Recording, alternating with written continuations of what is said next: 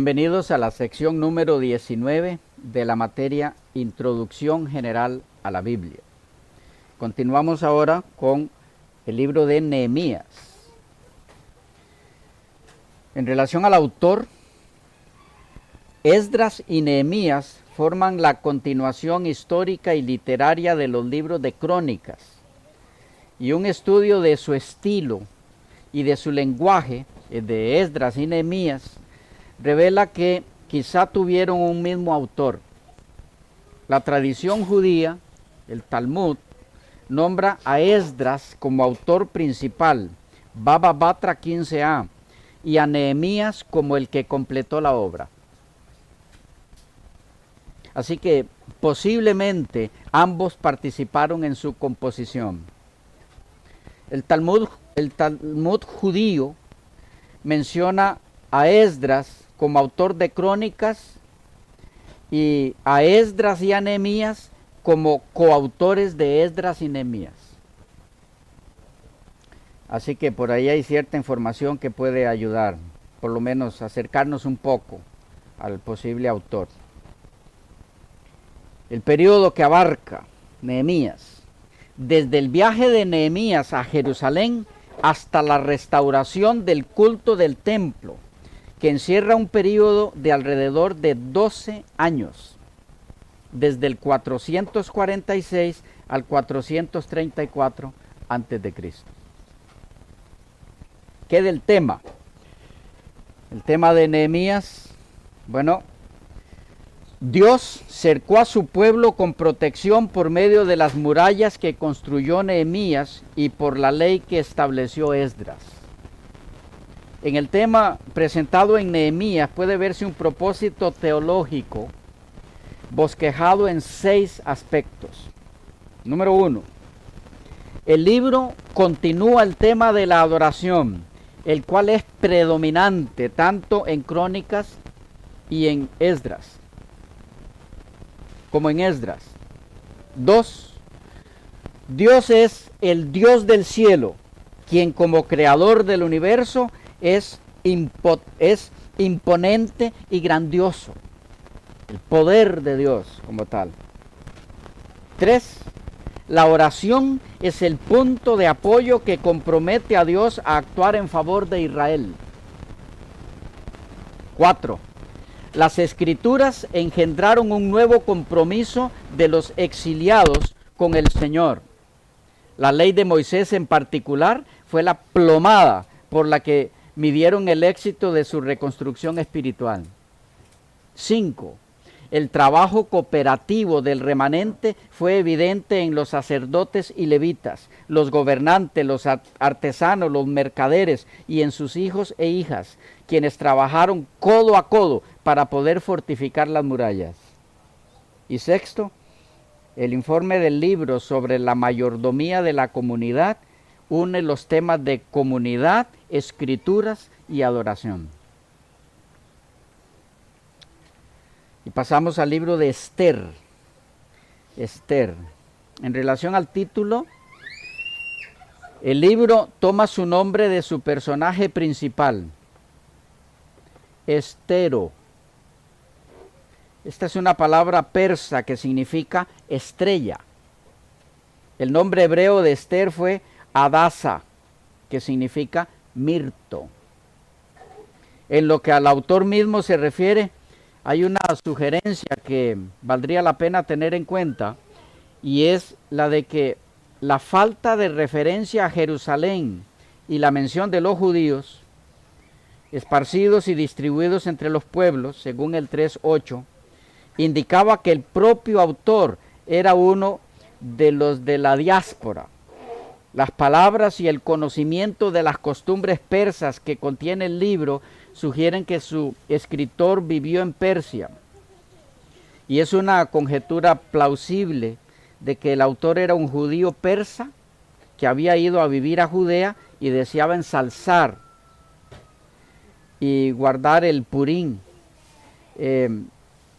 Esto es lo que tenemos más o menos de información al respecto. El autor en sí es desconocido. ¿Pudo haber sido Mardoqueo? o Esdras o algún otro judío que el Señor utilizó.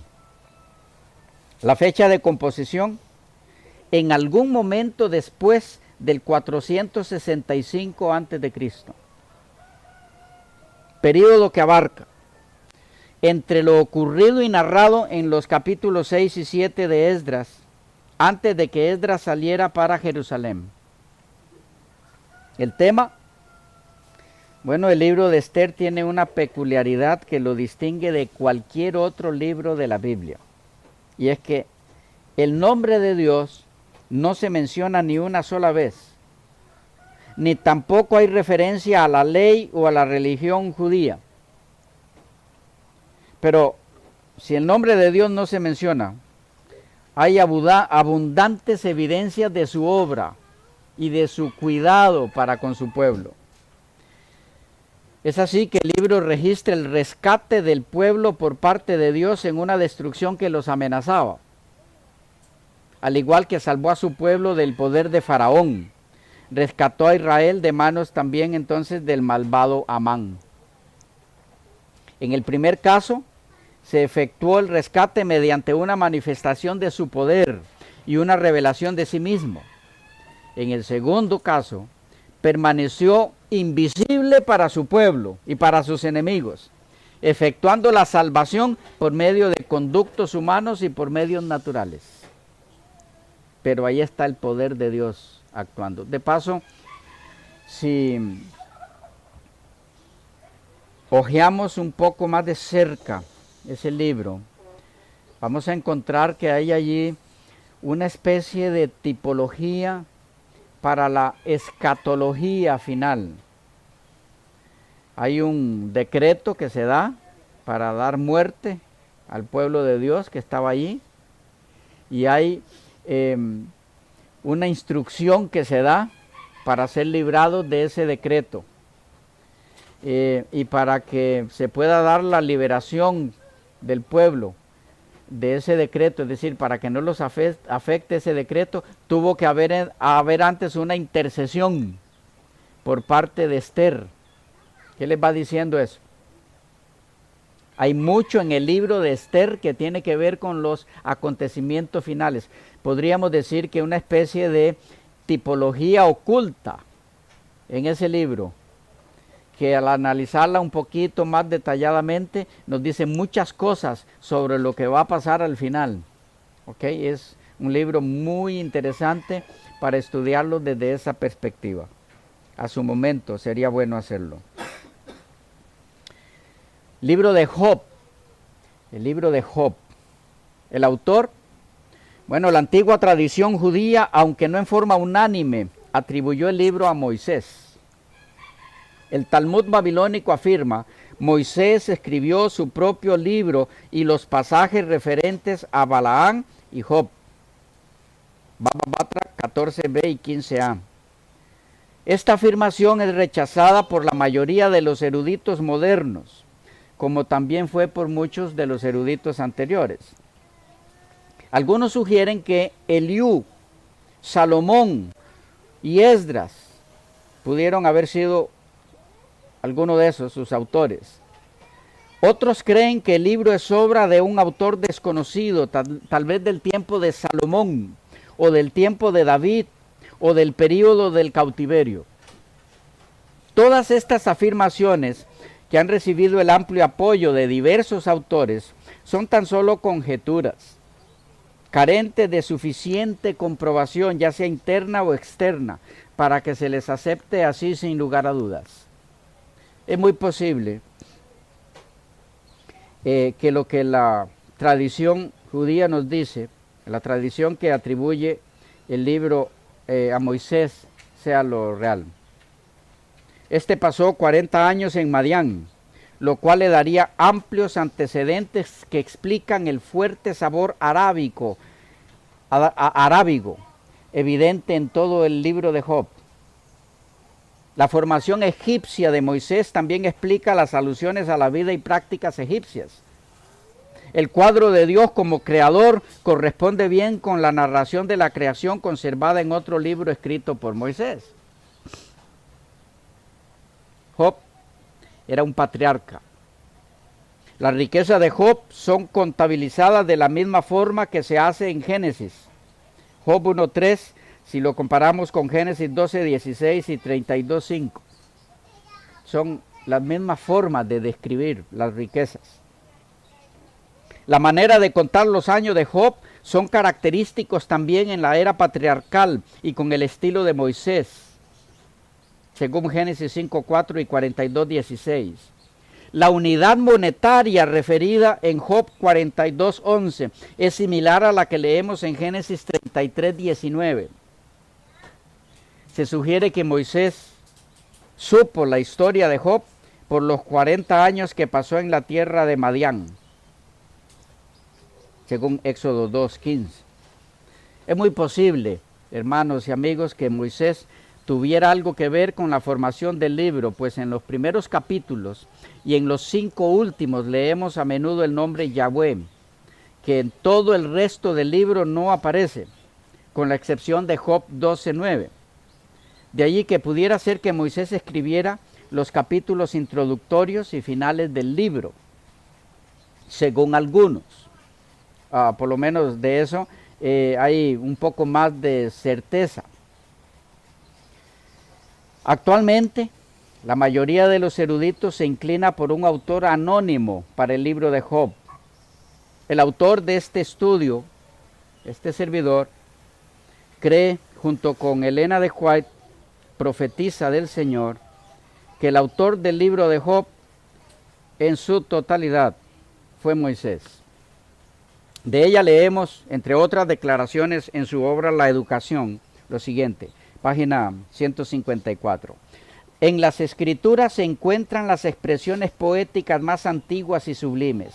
Antes de que hubiesen cantado los poetas más antiguos del mundo, el pastor de Madián registró las palabras que Dios dirigió a Job. Palabras cuya majestad no igualan ni aproximadamente las producciones más elevadas del genio humano. ¿Dónde estabas cuando yo eché los cimientos de la tierra? Así que es claro en los escritos de Elena de White que el autor de Job fue Moisés y lo escribió estando en Madián. En relación al título, bueno, tanto el nombre del título como su protagonista, Iyob, Y-Y-O-B, Iyob, aparecen textos extrabíblicos ya en fecha tan temprana como el 2000 a.C.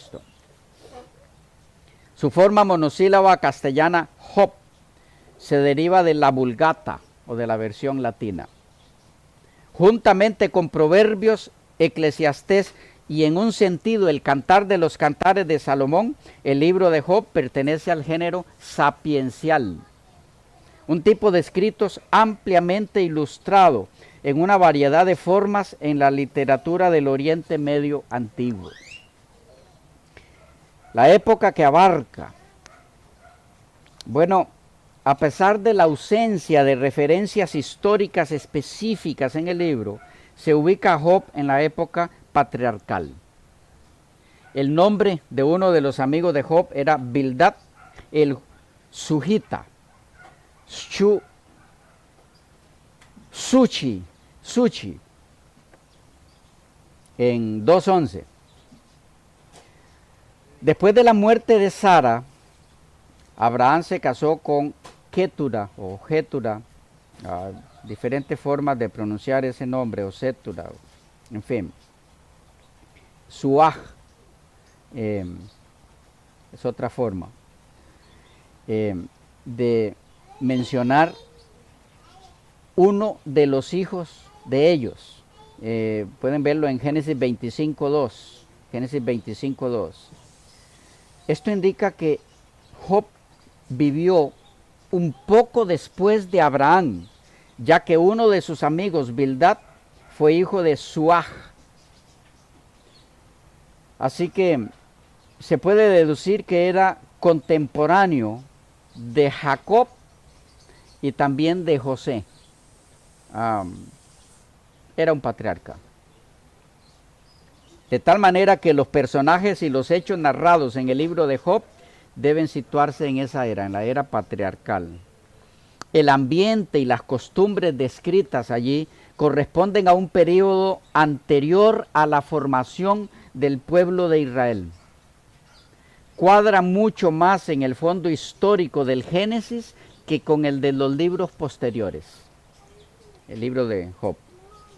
En cuanto al tema, bueno, es la historia de un hombre que retorna a la vida normal después de una serie de reveses terribles o inexplicables. Los elementos del marco histórico que hacen dramática la situación son, número 1, el contraste entre la prosperidad y la ruina total de Job. 2, lo repentino de su calamidad. No sucedió por casualidad, que de paso no existe. 3, el problema planteado por la filosofía del sufrimiento, propia de su época. 4, la crueldad de sus enemigos. 5, la profundidad de su desánimo. 6, el aumento gradual de su confianza en Dios. 7, la dramática aparición de Dios. 8, el arrepentimiento de Job. 9, la humillación de sus amigos. Y 10, la restauración de Job. El tema de Job es un tema que debe ser estudiado por todo cristiano. Debemos tomar tiempo especial para estudiar el libro de Job. Tiene lecciones preciosas y no estoy hablando de lo que normalmente se saca de allí, que si somos fieles a pesar del sufrimiento más fuerte que podamos experimentar, Dios siempre va a recompensar eso. Ese no es el tema central del libro de Job. De paso es una especie de conclusión media egocéntrica. Hay muchísimo más en el libro de Job. La soberanía de Dios, su amor, su misericordia, en fin. Debiéramos tomar tiempo para estudiar sin ninguna premura el libro de Job. Tiene lecciones preciosas. ¿Estamos con tiempo? Sí. Vamos al libro de Salmos. Los Salmos. El libro de los Salmos ha sido considerado como la más grandiosa sinfonía de alabanza a Dios que jamás haya sido compuesta en la tierra. La autoría, aproximadamente 2/3 partes de los salmos tienen autores conocidos y el tercio restante son anónimos. De los 100 salmos que tienen autores identificables, David es el más prolífico, siendo el autor de 73 de ellos. Puede que también escribiese muchos de los salmos anónimos. Asaf, uno de los músicos de la corte de David, escribió 12. 10 fueron escritos por los hijos de Coré, 2 por Salomón y Moisés, Emán y Etán, uno cada uno. 8 nombres de personas que aparecen en los sobrescritos, donde están los titulitos allí de cada salmo, los sobrescritos, en la parte exterior del texto del salmo, parecen ser autores, colaboradores, compiladores, músicos u otros que se relacionaron con la composición, compilación y escritura de la poesía lírica sagrada. Los nombres son David, eso es lo que van a encontrar allí en los sobrescritos: David, Asaf, Coré, Moisés, Emán, Etán, Salomón y Jedutún. En realidad, el libro de los Salmos está compuesto de 5 libros. Algo mencionamos de esto anteriormente, ¿verdad? Ordenados como sigue. Libro 1, Salmos 1 al 41, 41 salmos. Libro 2, Salmos 42 al 72, 31 salmos. Libro 3, Salmos 73 al 83, 17 salmos. Libro 4, Salmos 90 al 106, 17 salmos. Libro 5, Salmos 107 al 145, 39 salmos. y el epílogo, que son los salmos 146 al 150, 5 en total.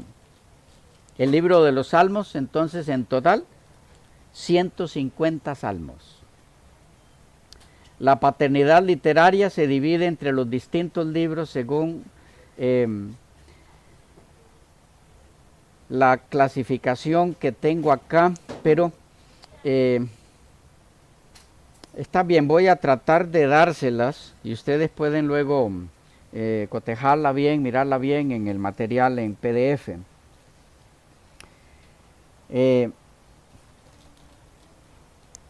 Déjenme ver cómo les acomodamos esto. Empecemos por el autor. Y de los diferentes 5 libros, de cuáles ese es autor. Tenemos a David, del libro 1, escribió 37, del libro 2, 18, del libro 3, 1, del libro 4, 2, del libro 5, 15, para un total de 73. Asaf escribió del libro 2 un salmo, del libro 3 2 salmos, 11 salmos, para un total de 12. Los hijos de Coré, del libro 2 escribieron 7, del libro 3 escribieron 3, para un total de 10. Moisés, del libro 4 escribió 1, para un total de 1. Salomón, del libro 2 escribió 1, y del libro 5 escribió 1, para un total de 2 salmos. Emán, del libro 3 escribió 1, nada más. Anónimos, bueno, del libro 1 hay 4 anónimos, del libro 2 hay 4, del libro 4 hay 14 anónimos, del libro 5 hay 23 anónimos, y del epílogo hay 5 anónimos, para un total de 50 anónimos. Entonces tenemos allí la totalidad de los 150. En realidad, uno de los salmos anónimos del libro primero, el Salmo 2, se lo atribuye a David en Hechos 4:25. Y el Salmo 72, llamado Salmo de Salomón, termina con las palabras: aquí terminan las oraciones de David, hijo de Isaí. Así que pudo haber sido escrito más bien por David que por Salomón. La época de composición. Bueno, los eruditos conservadores generalmente opinan que los salmos se compusieron en un periodo de 1000 años. Aunque no se puede citar muchos salmos con exactitud en un punto específico de la historia del pueblo hebreo, que va desde Moisés y David hasta los años que siguieron inmediatamente al exilio, puede deducirse con cierta seguridad que el tiempo de su composición queda dentro de estos límites. Toda la colección en su forma final fue reunida posiblemente por Esdras, Nehemías o alguno de los escribas inmediatamente posteriores. Reunida, compilada. En cuanto al título, nuestro título en castellano proviene de la Septuaginta, traducción al griego del Antiguo Testamento que se hizo unos 50 años antes de Cristo. Psalmoi, con una P al inicio, psalmoi. El término griego significa canciones o canciones sagradas y deriva de una raíz que denota toque, rasguido, como el que se da a un instrumento de cuerdas. El título hebreo es Teilim, que quiere decir alabanza o canciones de alabanza. La naturaleza de los títulos.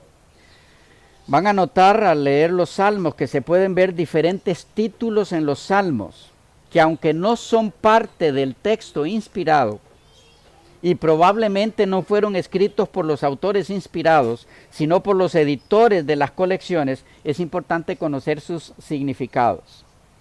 Títulos que describen el carácter del poema. Tenemos Mismor, con Z, Mismor, salmo, una composición musical para ser cantada con instrumento de cuerda. Sir, S-H-I-R, sir, cualquier clase de canto. Mashil, mashil, un canto de una destreza especial, antífona. Breve pasaje que se canta antes o después de los salmos. También van a encontrar allí michitam, michitam, de oro, precioso, es lo que significa. Salmo con la idea de salvación o una lamentación personal. Títulos relacionados con la composición musical o la presentación. Ahí lo que van a encontrar es al músico principal, el director del coro del templo. Otra que van a encontrar en ese sentido es Selah, S-E-L-A-H, Selah, una observación musical no para ser leída, que podía significar una pausa en el interludio instrumental o una elevación fuerte.